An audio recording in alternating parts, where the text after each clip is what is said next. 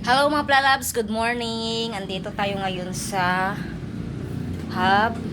Magpunta ng suga kay kang itlog. Oh, sugaan ba na to? Ano eh. Kung vlog man ko. Ang gani.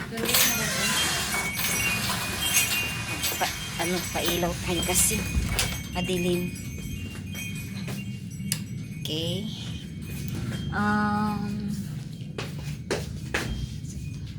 Buksan natin mga Plalabs ang carton kasi may parcel kami dumating ngayon, 2 carton, pero isa lang ang dinala namin dito sa hub dahil mabigat at saka naka single motor lang kami, so mahirap dalhin, so isang carton muna ang dinala namin. Ito mga Plalabs.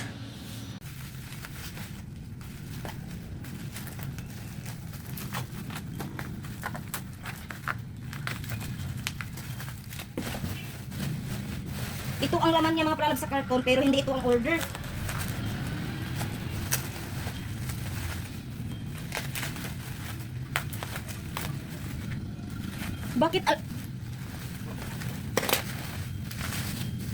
Bakit ganito ang ipinadala?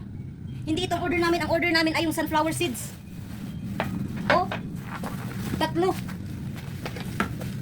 Ang order namin ay sa isang karton 15 pieces na sunflower seeds.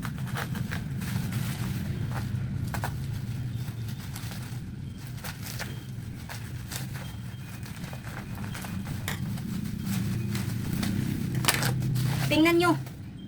Ang pinadala, oh. Aanhin namin to. Hindi naman sari-sari store ang tindahan. Ang order namin ay sunflower seeds.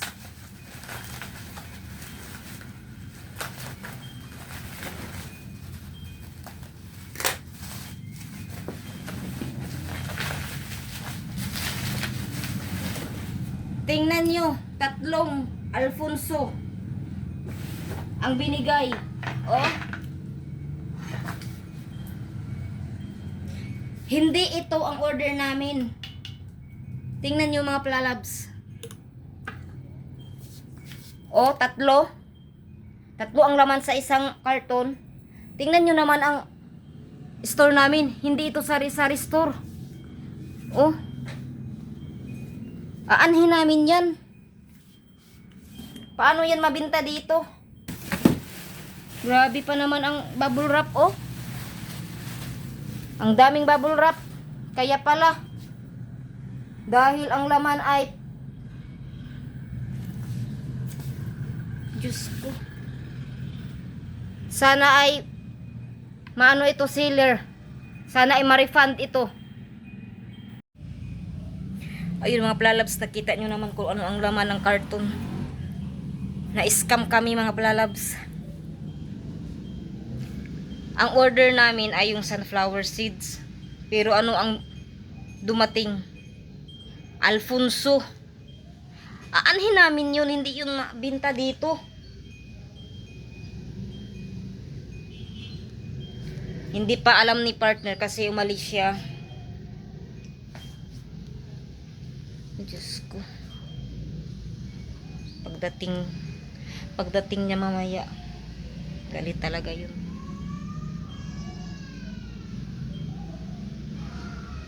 Grabe. Pero buti na lang talaga binlog ko. Buti na lang talaga may video. Palagi kami nag-o-order sa kanya ng sunflower seeds. Palagi kami nag-o-order. Ngayon lang talaga.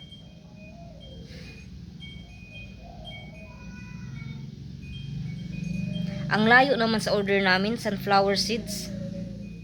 Ang binigay, Diyos ko, Alfonso. Hindi naman kami umiinom.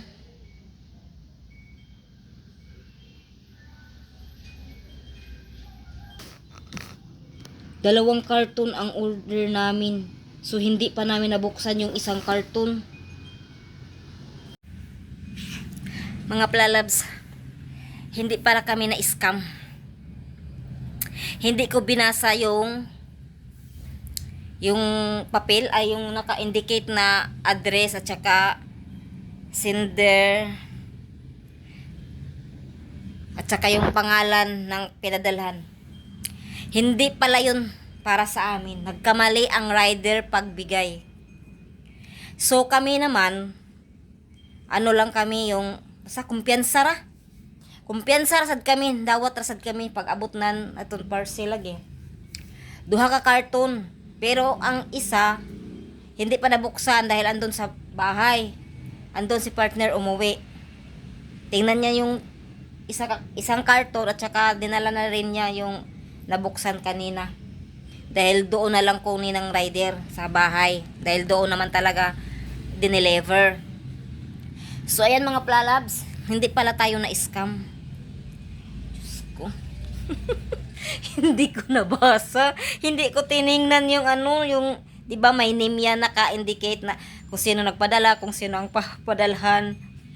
Pareho lang ng pareho lang ng address. Kaya din siguro na ang rider, kaya rin siguro nagkamali siya kasi pareho lang kami ng address noon. Isa doktor pa naman yun. Diyos ko. Kasi nakabutang doon doktor. Pero hindi ko na ibanggit yung pangalan.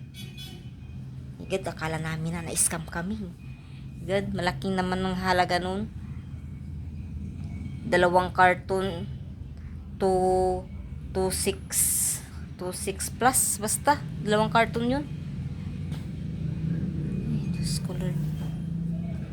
Ayun mga plalabs, hindi pala kami na-scam, basta nagkamali lang pala si rider at saka hindi rin kasi namin tiningnan yung pangalan. Ginunting ko na yung ginunting ko na yung karton, pero buti na lang yung sa gilid lang na may may kunting parang nasira na karton, doon ko lang din ginunting at saka pag binalik ko pagbalot sa bubble wrap yung